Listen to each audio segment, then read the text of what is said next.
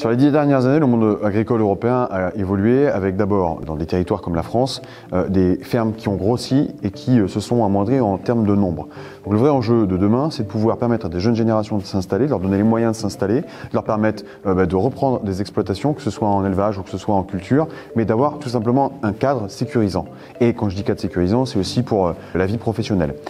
Ensuite, l'enjeu des 10 dernières années était de pouvoir réduire progressivement les produits phytosanitaires et je pense que c'est le véritable enjeu des 10 prochaines années. On parle des 10 ans écoulés, il faut aussi se projeter sur les 10 ans à venir et le défi, le mur qui se pose devant nous, c'est celui du défi climatique et là les agriculteurs seront les premiers à y répondre. Ils auront besoin d'outils, besoin de solutions et je pense que c'est ce qui leur permettra de préparer la suite.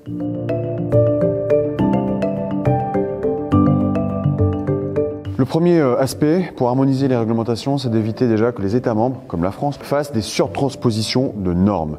Il y a un cadre européen, c'est très bien. Ce cadre européen doit aussi donner la possibilité aux États membres de rester évidemment autonomes, d'avoir une liberté, on l'a vu avec la PAC, mais cette liberté ne doit pas créer de nouvelles surtranspositions, ou en tout cas ne doit pas venir en contradiction de l'existant. Et donc l'enjeu, c'est de pouvoir permettre d'avoir un vrai dialogue entre parlementaires européens, parlementaires français, acteurs européens, acteurs français. Je pense que c'est la seule et unique solution.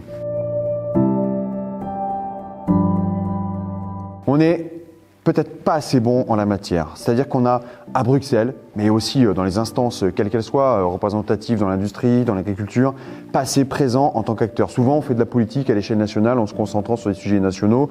On rejette parfois la faute un peu sur Bruxelles à tort. Je pense qu'il faut savoir retourner le problème, savoir saisir la question européenne comme une opportunité et davantage s'impliquer dans ces sujets-là. C'est pour ça que parfois, on a des députés européens un peu méconnus sur la scène nationale, mais qui font un travail remarquable au niveau européen. Et je pense que c'est cet enjeu-là, c'est de pouvoir faire un peu plus de lobby à l'échelle européenne en tant qu'acteur national.